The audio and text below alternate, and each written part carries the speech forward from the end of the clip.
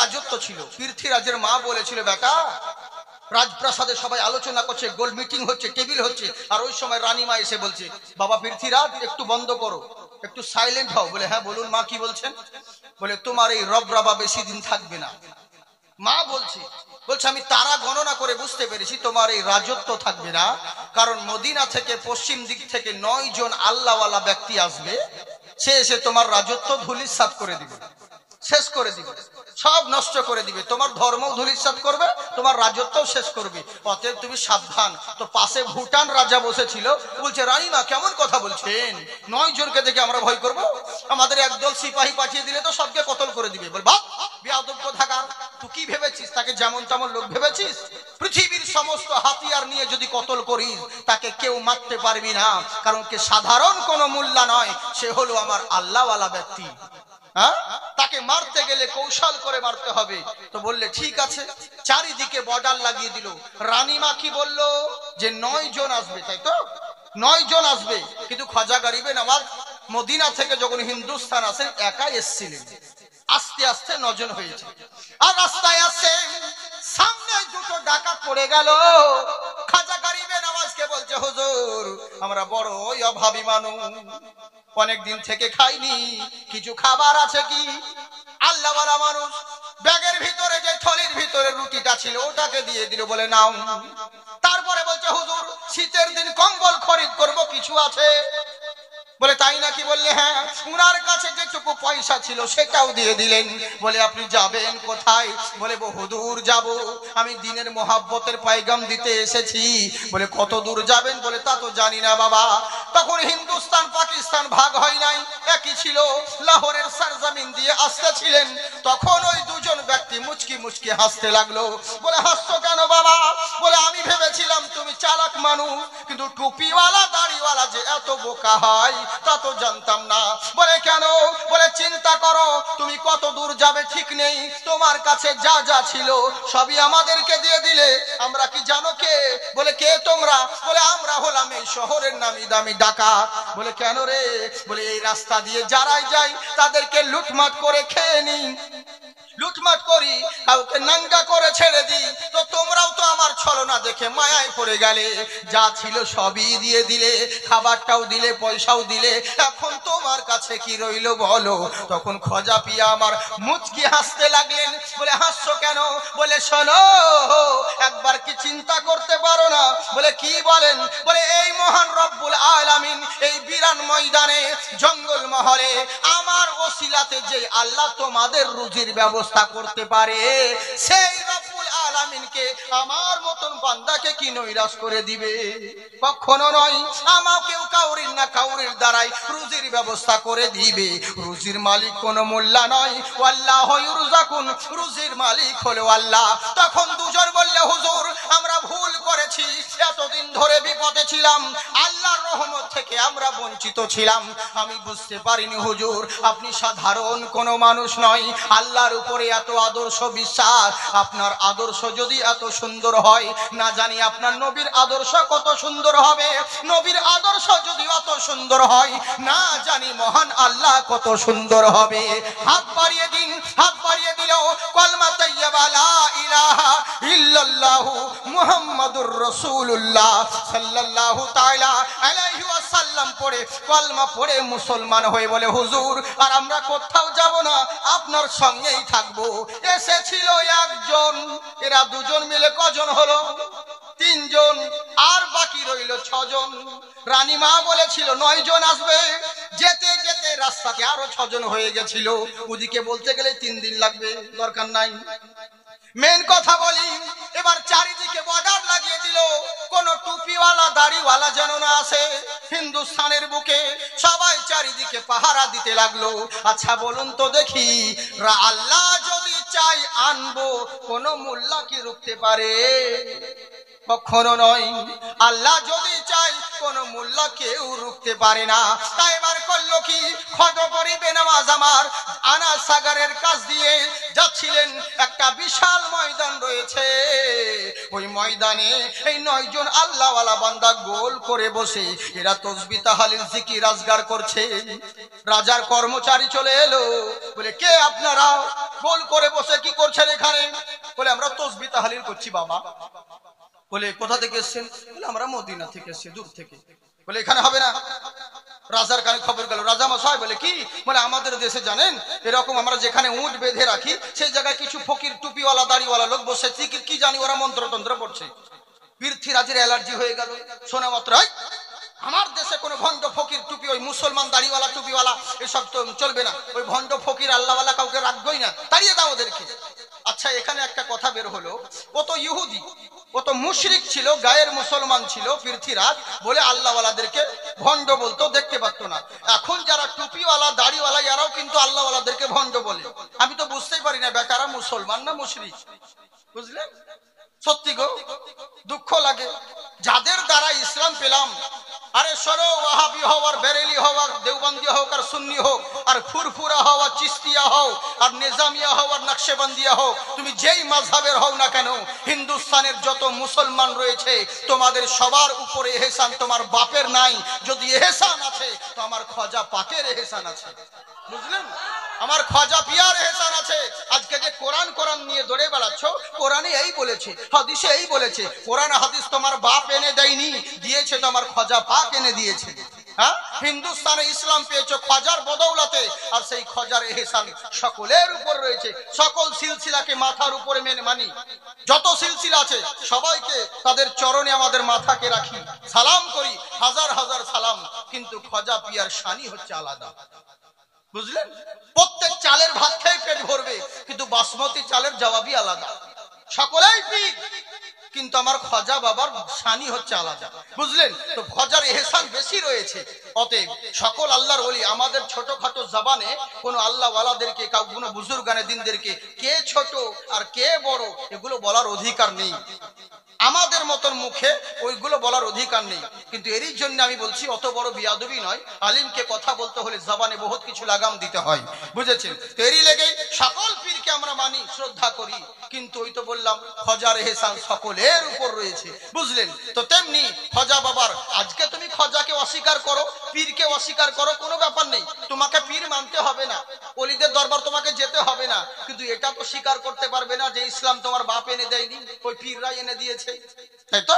এটা তো বাপজি, বাবার 5টা ছেলে 5 রকম হবে, বাবাকে নাও দেখতে পারে, ভিনো খেতে পারে, ভিনো আলাদা রান্না করে খায়, আলাদা ঘরে বসবাস করে, কিন্তু এটা তো অস্বীকার করবে না যে বাবা আমাকে জন্ম দিয়েছে, ওটা তো অস্বীকার করতে পারবে না। তো তেমনি তুমি পীরকে মানতে হবে না, মানিও না, কিন্তু এটা তো অস্বীকার করতে পারবে না। ওরে জালসা করে মৌলবীর ভাষণে ইসলাম প্রচার হয়নি, ইসলাম প্রচার হয়েছে তো ওলি আউলিয়ার খিদমতে ইসলাম পেয়েছি আমরা, প্রচার হয়েছে, বুঝলেন? কিন্তু আমাদের জালসাতে এখন কি হয়েছে, হক কথা বলা যায় না, পাবলিকের চোখের সামনে অন্যায় দেখার পরে বক্তা কিছু বলে না, কেন বললে পরে তো বেজার হয়ে যাবে। খুব সমস্যা জানেন, খুবই টেনশনে রয়েছে, এরই লেগে কি বলবো, কিছু কিছু কথা বলতেও হয়, কিন্তু হক কথা টক লাগবে। আমাদের মুর্শিদাবাদে বলে যেদিন ধাক্কা খাবি সেদিন পাক্কা হবি, আর ঠুকুর খেলে চিকন হবি, বুঝলেন তো? এই হচ্ছে ব্যাপার। হ্যাঁ, না বললেও আপনার শুধরাবেন না। যাই হোক, তেরি লেগে বলছি বাবজি সোনামুখী আমার, পীর ওলিদের অবদান আমাদের উপরে অনেক রয়েছে। তাই এবার বলছি, কেউ তো চিনতো না, তাই বলতো ওই ভণ্ড ফকির আল্লাহওয়ালাদেরকে হটাও, আমার দেশে থাকা চলবে না। এবার চাকররা এসে বলছে, গো ফকিররা, বলে কি বাবা? বলে হটো, এখানে থাকা যাবে না। বলে কেন বাবা রে, কি অন্যায় করলাম বলো? বলে চলবে না, ও সব কিছু জানি না, এই জায়গায় আমাদের উটকে বেঁধে রাখি, আমাদের উট বসে থাকে, অতএব উট বসার জায়গায় তোমাদেরকে বসতে দেব না। আমার খাজা পিয়া বললেন, এত বড় ময়দান থাকতে, এত বড় জায়গা থাকতে বাবা রে, তুমি আমরা এইটুকু জায়গায় বসে আছি, তোমার কি ক্ষতি করলাম বলো? বলে ও সব চলবে না, জানি না, চলে যান। সবাই তাড়িয়ে দিচ্ছে, তখন খাজা পিয়ার মুখ দিয়ে শুধু একটাই কথা বের হয়েছে, বাবা রে তোমরা আমাকে তাড়িয়ে দিচ্ছ, কোনো ব্যাপার নেই, চলে যাচ্ছি, আর আসবো না, কিন্তু শোনো, আমরা যখন বসলাম না, তোমাদের উট যখন বসবে তো তোমাদের উট বসে থাকুক, আমরা চললাম। চলে গেলেন, কিছু দূর চলে গেছে, এবার অনেক বেলা হয়ে গেল, অনেকক্ষণ হয়ে গেছে। উটগুলোকে যখন উঠানো গিয়েছে, যত কর্মচারী ছিল, উটের রাখাল যত ছিল, উটগুলোকে যখন উঠাবার চেষ্টা করছে, কেউ লাগাম ধরে টানে, কেউ লেজ ধরে টানে, রক্ত বেরিয়ে যায়, চামড়া ছিঁড়ে যাচ্ছে, কিন্তু ওই বসানো উটকে উঠানো সম্ভব হয় না, কেউ উঠাতে পারে না। রাজার কানে খবর গেল। রাজা মশাই বলে, কি হয়েছে? বলে, আমাদের উট তো উঠছে না, এত চেষ্টা করছি, এরকম তো হয়নি কোনোদিন, কি এমন আঠা লেগে গেল রে যে উট তো আর উঠতেই চাই না। তো মুশরিক হলেও বুদ্ধি তো ছিল। ও বলছে, শোন, পৃথিবীর লোক এলে পরেও উট মরে যাবে, কিন্তু আর কেউ উঠাতে পারবি না। বলে, তাহলে ওইভাবে রেখে দিব। বলে, শোন, যে বসিয়েছে সে না হলে এই উটকে আর কেউ উঠাতে পারবে না। সুবহানাল্লাহ বলে, যে উঠিয়ে বসিয়েছে সে না হলে উঠাবে না। বলে, কে? বলে, যাই ফকিরদেরকে তাড়িয়েছিলিস ওদেরকে খুঁজ, ওরাই বসিয়েছে, ওরা না হলে পরে উঠাতে পারবি না। এবার খুঁজতে লাগলো, বহু দূর চলে গেছে, কিছু দূর যাওয়ার পরে সামনে দাঁড়িয়ে গেলেন। বলে, ওগো আল্লাহওয়ালা হুজুর, আমাদেরকে ক্ষমা করে দিন, আমাদের বিয়াদবি হয়ে গেল, আমাদেরকে মাফ করে দিন, আমরা চিনতে পারিনি। আমার খাজা পিয়া বলছে, বাবা কি ব্যাপার রে, একটু আগে তো খুবই রবরবা দেখাচ্ছিলে, তাড়িয়ে দিলে আমাদেরকে গালি গলজ করে, এখন কেন হাত জোর করছো? বলে, হুজুর আপনাকে চিনতে আমরা ভুল করেছি। বলে, কি হয়েছে আসল কথা খুলে বলো। বলে, বাবা রে, আপনি বসেছেন, উটগুলোকে বসতে বলেছিলেন, ওই উটকে আর আমরা উঠাতে পাচ্ছি না, চামড়া ধরে টানি, আমরা লেজ ধরে টানি, লাগাম ধরে টানি, রক্ত বেরিয়ে যাচ্ছে, উটের চামড়া গা দিয়ে রক্ত বের হচ্ছে, কিন্তু উট আর উঠছে না, কি করব বলেন? আপনি না হলে উটকে আর উঠানো যাবে না, চলেন একবার ওখানে। আমার খাজা পিয়া বলছে, শোনো, আমরা আল্লাহওয়ালা মানুষ, সামনে যখন পা বাড়িয়ে দিই পিছন দিকে ফিরে তাকাই না, তোমাকে বলেইছিলাম আমি আর আসবো না, তবে শোনো, যখন ভুল মেনেছো, যখন বুঝতে পেরেছো, তখন যাও, তোমাকে ক্ষমা করে দিলাম, আমাকে যাওয়ার দরকার নেই, তুমি চলে যাও, গিয়ে দেখবে তোমাদের উট উঠে গিয়েছে, আমাকে যেতে হবে না। খাজার মুখের কথা শুনে এরা দৌড়াতে লাগলো, দৌড়াতে দৌড়াতে এসে যেই জায়গায় উট বসেছিল ওখানে এসে যেমন দাঁড়িয়েছে, আল্লাহু আকবার, আল্লাহু আকবার, কিছুক্ষণ আগে যেই উটকে শত চেষ্টা করার পরে উট উঠানো যাচ্ছিল না, এখন খাজার মুখের কথা শুনে ওই উটগুলো অটোমেটিক উঠে দাঁড়িয়ে গেছে, অটোমেটিক উঠে দাঁড়িয়ে গেছে। চিন্তা করেন, এরা সবাই বুঝলো সাধারণ কোন মানুষ নয়, আমি আর ওদিকে যাচ্ছি না, এইটুকুই থেকে যাক।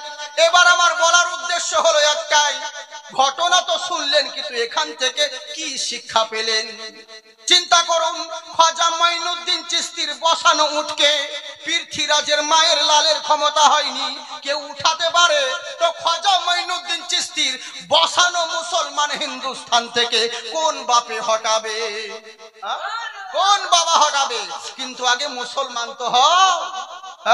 শুধু নামের মুসলমান হয়ে গেলে, তোমার নাম হয়েছে মুসলমান, কিন্তু ঈমান কমজোরি, ওরকম ঈমান কমজোরি হলে হবে না। ঈমান যদি তোমার মজবুত থাকে, দুনিয়ার মানুষ তোমাকে দেখে ভয় করবে। তাই বয়স্ক মানুষ দেখে বলছে, বাবারে, রাত্রে বেলায় বাড়ির বাইরে কেউ বের হবে না, সকাল বেলায় ফজরের নামাজ পড়ে সবাই বাড়ির বাইরে বের হবে, বাড়ির বাইরে যদি বেরো কেউ জিন্দা বাড়ি ফেরত যেতে পারবে না। ডাকাতের দলরা মুচকি মুচকি হাসছে, এই বয়স্ক মানুষ আমাদের কি ক্ষতি করবে? এখান থেকে বলছিলাম, হ্যাঁ বাস, ওই তো বললাম, মনে রাখবেন, ঠিক কোনো চিন্তা নাই, যেদিকে যাই আবার ঠিক জায়গায় আসবো। টাইম হচ্ছে, বলবো কি না ছেড়ে দেবো? বলেন, বলবো? সত্যি বলছেন? কতক্ষণ বলবো? সকাল পর্যন্ত? হ্যাঁ, বাপের মাল তো। জি জি জি, আল্লাহ আপনাদের জাজবা ভালো রেখেছে শোনা। হ্যাঁ, তো আমার কলজের টুকরো ভাইরা, আমার আব্বাজানেরা খুব ভালো, তার জন্য। তবে বেশিক্ষণ বিরক্ত করবো না, ওই তো বললাম আমি, কেন বলুন তো, আমি বেশিক্ষণ বলি না তো, লোকে তখন আপনাদের এদিকের লোক যারা কলকাতার ফুরফুরার ওয়াজ শুনেছে বক্তাদের, তখন আমাদের ওয়াজ পছন্দ হয় না। কেন বলেন তো? লোকে বলে, হুজুর, বলে কি আপনারা কি অমুক বক্তা তো 3 ঘন্টা ওয়াজ করলো হুজুর, অমুক বক্তা তো 2.5 ঘন্টা ওয়াজ করেছে হুজুর, আর আপনি এত জলদি 1 ঘন্টাতে ছেড়ে দিলেন। তবে ওদের 4 ঘন্টা, আমার 1 ঘন্টা মেপে দেখ ওর থেকে বেশি হবে। বুঝলেন? কারণ ওয়াজ বলার মধ্যে অনেক ক্যাপাসিটি চাই। ওই শুরু করব ধরুন নিয়ে 3 বার 4 বার বড় বড় দরুদ পড়বো, লম্বা 5 মিনিটের একটা গজল বলে দিব, তারপরে সালাম কমিটি তারিফ করতে, অমুক করতে, এই করতে, আজকে তো ধরুন এখানে আছি, কালকে তো অমুক জায়গা চলে যাব, পরশুদিন অমুক জায়গায় প্রোগ্রাম ছিল, সালা নিজের ভকারি করতে তো 1 ঘন্টা শেষ, তো ওয়াজ করবো কখন? বুঝলেন? তো এই হচ্ছে ব্যাপার। আমি এগুলো করি না, আমার যাদা ঝাক সালাম দেওয়া মাত্র বক্তব্য স্টার্ট করি, কারণ সময় খুব মূল্যবান। এরই লেগে আপনাদের স্পিডে বলছি, অসুবিধা হয় না তো? ঠিক আছে? হ্যাঁ, আর যদি বলেন ধীরে বলতে তাহলে তো গোলমাল হবে। মা শোনো গো, হযরতে আব্দুল্লাহ বাণিজ্য করতে যাচ্ছে, মা আমিনা দূর থেকে দেখতে আছে। 10 সেকেন্ডের কথা 10 মিনিট লেগে যাবে, কিন্তু আমি অতটা বলি না, শর্টকাট। আব্দুল্লাহ বাণিজ্যে যাচ্ছে, মা আমিনা দেখতে আছে, কিসসা খতম, 10 সেকেন্ডে শেষ। বুঝলেন? এই হচ্ছে ব্যাপার। তো যারা শিক্ষিত লোক তারা ভালো করে বুঝে। হাত উঠিয়ে বলেন আল্লাহু আকবার। मोमिन तो आके देख सखावत की गोदी में, मोमिन तो आके देख सखावत की गोदी में, ले लेंगे मुस्तफा तुझे रहमत की गोदी में। सुभान अल्लाह बोलें। হ্যাঁ, জানি না আপনারা কেমন বুঝতে পারছেন, বুঝলেন? হ্যাঁ, এরই লেগে বলছি, মনোযোগ সহকারে শুনুন। আমাদের আওয়াজ, আমাদের মাইক্রোফোন আলাদা বিভিন্ন সিস্টেমের, হয়তো ওই জন্য যেরকম থাক পরিবেশ সেরকম আওয়াজ করি। হ্যাঁ, একবার মহব্বতে বলেন সুবহানাল্লাহ। मोमिन तो आके देख सखावत की गोदी में, मोमिन तो आके देख सखावत की गोदी में, ले लेंगे मुस्तफा तुझे रहमत की गोदी में। जो घर दे के हिफाजते इस्लाम कर गए, जो घर दे के हिफाजते इस्लाम कर गए, वो सो रहे हैं चैन से जन्नत की गोदी में, वो सो रहे हैं चैन से जन्नत की गोदी में। मोमिन तो आके देख सखावत की गोदी में, ले लेंगे मुस्तफा तुझे रहमत की गोदी में। তাইবার করলো কি, আল্লাহ ওয়ালা সাহাবী আমার বলছে, শোনো, এতদিন যা করার করে নিয়েছো, আজ থেকে কেউ অন্যায় করবে না, আজ থেকে কেউ অত্যাচার করবে না। আমি যতক্ষণ আছি কারো অন্যায় হতে দেব না, অত্যাচার হতে দেব না, জুলুম নির্যাতন করতে দেব না। বয়স্ক মানুষ সবাই মেনে নিল। ডাকাতেরা মুচকি মুচকি হাসছে, যে রাত হোক তখন মজা দেখাবো, দেখি কত বড় তুমি বাহাদুর, কি করতে পারো, তখন দেখা যাবে। এরা অবহেলায় কাটিয়ে দিল। রাত্রে বেলায় উনার কথা শুনে যে যার এশার নামাজ পড়ে বাড়ি চলে গেল।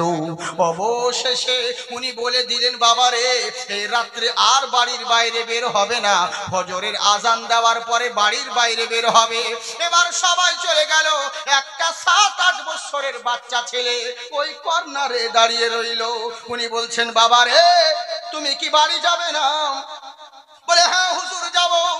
বলে, রাত্রি তো অনেক হয়ে গেল, সবাই চলে গেল, তুমি কেন এই জায়গায় দাঁড়িয়ে রয়েছ? বাচ্চা উনার চোখের দিকে তাকিয়ে আছে। বলে, বাবারে, কিসের জন্য চোখের দিকে তাকিয়ে আছো আমি বুঝতে পারছি না। এত বড় শরীর থাকতে সব বাদ দিয়ে চোখে কেন দেখতে আছো? বললে, হুজুর, ছোট মুখে বড় কথা, আপনি কি নবীর সাহাবী? বললে, হ্যাঁ। বলে, শোনো, আপনি নবীর সাহাবী, আপনি নবীকে দিদার করেছেন, আমি তো নবীর দিদার করিনি। আপনি যখন নবীকে দিদার করেছেন, আপনার চক্ষু নবীর চক্ষু মুবারকে পড়েছে, নবীর চক্ষু মুবারক আপনার চোখের দিকে পড়েছে। তাই হুজুর, আমি আপনার চোখের দিকে তাকাচ্ছি, আমার নবী দেখার আশা পূর্ণ হচ্ছে। নানান জোনা, নানান ভাবে, নানান রকম, নানান সাজে গাইছে আমার মন, দুনিয়াতে হবে না মোর নবীজির মতো। বুঝলেন? হুজুর, আমি তো নবীর দিদার করিনি, আপনার আপনার চোখের দিকে দেখছি আমার নবী দেখার আশা পূর্ণ হচ্ছে। বলে আচ্ছা বলো তো বাবা, তুমি কি এতই ভালোবাসো? বলে হ্যাঁ, কেন বাসবো না, কারণ আমার আল্লাহ বলেছে বান্দা শোনো, দুনিয়ার মানুষ যদি তোমরা আমাকে ভালোবাসতে চাও, যদি মনে করো আল্লাহকে ভালোবাসবো, যত পারবো নামাজ পড়ে আল্লাহকে খুশি করে নিব, আমার আল্লাহ বলছেন না, ইন কুনতুম তুহিব্বুন আল্লাহ। আল্লাহ নবীকে বলেছেন হুজুর আপনি বলে দিন যারা আমাকে ভালোবাসতে চায় তারা যেন নবী আপনাকে ভালোবাসে, যারা আপনাকে ভালোবাসলো ইউহিব্বুকুমুল্লাহ, আমি আল্লাহ তাদেরকে ভালোবাসবো। সুবহানাল্লাহ। এবার অনেক বান্দা আছেন বলে আল্লাহকে ভালোবাসতে হলে যদি নবীর দরকার হয় মানবো না, মানে ওসিলা মানতে চাই না। উবাটা বলছে ওসিলা মানবো না। বলে কি করব? বলে আল্লাহ তোমাকে ভালোবাসতে চাই না। বলে কি করবি? বলে আল্লাহ শুধু তোমার ইতায়াত করতে চাই, তোমার অনুসরণ করতে চাই। তাহলে তো ডাইরেক্ট হবে, নবীর দরকার হবে না। আমার আল্লাহ বলছেন তাও সম্ভব নয়। কোরআন পর কুল আতিউল্লাহ ওয়া আতিউর রাসূল, আগে রাসূলের ইতায়াত করো, নবীর ইতায়াত হলে মহান আল্লাহর ইতায়াত করা হবে। হ্যাঁ, নবীর অনুসরণ করে আল্লাহর অনুসরণ করা হবে। এবার বান্দা বলছে না দরকার নাই, যদি আল্লাহর অনুসরণ করতে গেলে নবীর দরকার হয় যাবনি, কি করব? আল্লাহ শুধু তোমাকে হাকিম মানতে চাই, মানে আমাদের যা কিছু হবে শুধু তোমার কাছেই বলবো, আর কোনো পীর ওলির মাঝখান নবী ও কোনো ওসিলার দরকার নেই, শুধু আল্লাহ তোমাকে ডাইরেক্ট মানবো। আল্লাহ বলছে তাও সম্ভব নয়। কোরআন পড়ো, ইউহাক্কিমুনাকা, আগে নবীকে হাকিম মানো, তারপর আল্লাহকে হাকিম মানা হবে। সুবহানাল্লাহ বলে। তাহলে বোঝা গেল আমার নবীর নাম হলো মুহাম্মদ সাল্লাল্লাহু আলাইহি সাল্লাম। নবীর নামের শেষে লাস্টেকার অক্ষর হলো দাল, আরবিতে দাল, বাংলায় যাকে দ বলা হয়, আসলে দালও নয় দিদারে নয়, এটার উদ্দেশ্য হলো এটাই, দিদারে মুস্তাফা, মানে দিদারে আল্লাহ। যারা নবীর দিদার করলো মহান আল্লাহর দিদার করলো। তাই হুজুর যখন আল্লাহ বলেছেন নবীকে ভালোবাসতে, কেন নবীকে ভালোবাসবো না? আমরা তো ওসিলা তালাশ করনেওয়ালা মানুষ। আচ্ছা বলুন তো বাবা, ওসিলার দরকার আছে না নাই? আছে তো। আপনার বলরামপুর গ্রামের, এই মেদিনীপুর গ্রামের ইমাম সাহেবকে ডেকে, এই গ্রামের ছেলে ইমাম সাহেবকে ডেকে, মুয়াজ্জিন খতিবকে ডেকে, গ্রামের লোককে ডেকে নিয়ে এসে কলমা পড়িয়ে খুতবা পড়িয়ে কবুল করলো, বিয়ে করলো। কিছুদিন পরে ওই মেয়েটার গর্ভে একটা বাচ্চা জন্ম নিল। এই বাচ্চার মালিক কে বলেন? আল্লাহ। আর একটা আপনার গ্রামের ছেলে, ওই পূর্ব পাড়া হোক আর শেষ পাড়া হোক, কিংবা নেড়ে পোতা না নেড়ে কুপা কি বলছে, এখানকার একটা ছেলে হোক না কেন, ও তখন করলো কি, ও মলবি কেউ নিল না, কলমাও বললো না, খুতবাও বললে কাহুরি দরকার নেই, ডাইরেক্ট এই জালসাতে ঘুরতে এসে মেলায় লাইন মেরে পাঠিয়ে পাঠিয়ে যাই হোক কর্ম করে ওই মেয়েটার গর্ভে কিছুদিন পরেও বাচ্চা জন্ম নিল। বলুন ওই বাচ্চার মালিক কে? আল্লাহ। তাহলে এই বাচ্চা, এর পেটে যে বাচ্চা রয়েছে এরও মালিক হলো আল্লাহ, ওর পেটে যে বাচ্চা হলো ওরও মালিক হলো আল্লাহ। এবার আপনারা বলুন দুটো বাচ্চা কি এক হলো? না। যে কলমা পড়লো মলবিকে নিল, ও সিলামে যে মেনে বিয়ে করলো তার পেটের বাচ্চা হলো শাহজাদা। যে কলমা পড়লো না, ও সিলা নিল না, ডাইরেক্ট করলো, ও হচ্ছে হারামজাদা। বুঝলেন তো? যারা ওসিলা মানি আমরা হলাম শাহজাদা, যাদের ওসিলার দরকার নেই ডাইরেক্ট কাজ করে। এবার আর বললাম না, বুঝলেন? হ্যাঁ, এই তো হচ্ছে আমাদের অভ্যাস। তাই হুজুর আমরা ওসিলামান মানুষ, আমাদের তো নবীর দরকার হবে। বলি বাবা তোমার নামটা কি বলো? বলে হুজুর আমার নাম হলো আব্দুল্লাহ। বলে তোমার আব্বা কি বেঁচে আছে? নবীকে এত ভালোবাসো তুমি? বলে কেন বাসবো না, কারণ আমার আব্বা শিখিয়েছেন বেটারে যদি সময় পড়ে সেরকম যদি পচিছেন পড়ে নবীর জন্য, দিনের জন্য নিজের জানটাও কুরবান করে দি। কেমন বাবা মা? বাবা মা যেমন হবে ছেলেও তো তেমন হবে। আর আমাদের ছেলে পিলে ওরকম হয় না। কেন বলেন তো? বাবা মাও জানে না। ছেলে পিলে দেখে বলেন একটা দোয়া বলতো, ও ছেলে জানে না। গজল বলা করণ জানে না, আবার গান 100টা বলে দিবে। হ্যাঁ, সেদিন এক ছেলে বলছে সনসননন সাই সাই হো রহিতি খেত মে, খুব গান।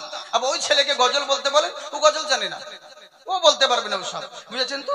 এই হচ্ছে ব্যাপার, কারণ বাপ মাই তো জানে না। বাপ মা ভাবছে আমরা যেমন তাই করলাম, আমাদের ছেলে এখন পরেশগার হবে, আল্লাহর ওলি হবে, ঘোড়া ডিম হবে। নিজে কিছু শিখলে না, ভাবছো ছেলে আমার বিশাল বড় পরেশগার হবে? অত সহজ কথা? হ্যাঁ, অতই ভেবে নিয়েছো যে মুড়ি মুড়কির খেলা, যে নিজে কোনোদিন শিখলে না, জানলে না, আর তোমার ছেলেকে হয়ে যাবে। আমরা বড় দুঃখের বিষয়, আফসোসের বিষয়, আমরা শুধু নামধারী মুসলমান হয়ে রইলাম, বুঝলেন, কাজের কেউ হলাম না।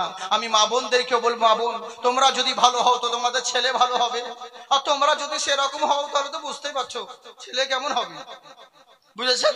মা বোন তোমরা দুঃখ করো না, শোনা, তোমাদেরকে একটা অনুরোধ করব, ভুল বুঝিও না। কোরআনে আছেন আল হায়া ওয়া নিসফুল ঈমান। তোমরা কিছু করো না ঠিক আছে, কিন্তু নিজের লজ্জা শরমটা তো রাখো। যেটুকু তোমাদের সম্পদ লজ্জা শরম সেটাও তো বিলিয়ে দিচ্ছ, কিন্তু ওয়াজ তোমরা শুনছো বেশি, কিন্তু তোমরা আবার ভুল বুঝছো বেশি। ওরা ওয়াজ শোনে বেশি, কিন্তু আবার ওরা ভুলও বোঝে বেশি। মা বোনেরা বেশি, হ্যাঁ গো, আপনারা শুনেছেন নেটে